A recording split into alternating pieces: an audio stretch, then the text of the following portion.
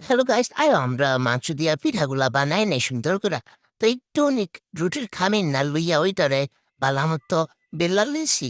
অনেকগুলা একটা একটা করে এমন করে বেল্লা বেল্লা তারপর থুইয়া দিয়াম বুঝছ। পরে এইগুলা দিয়ে আবার পিঠা বানাই অনেক সুন্দর। রুটিগুলা জানো ঘুল হয়, এই জন্য আমি একটা মুখা সাহায্যে কাইটটা লইছি। সবগুলা রুটি একদম পারফেক্ট ঘুলো আর আর কি।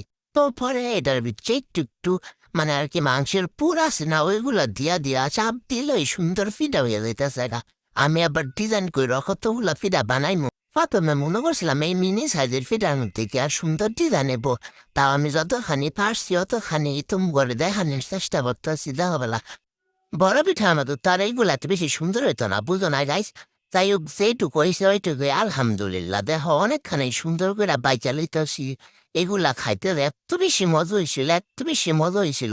দেখাম তুমি করে একটা লইয়া বাইঙ্গ দেখাই দিতেছি কতখানি শুধু আর হয়েছে সুন্দর, একদম ইয়াম্মি।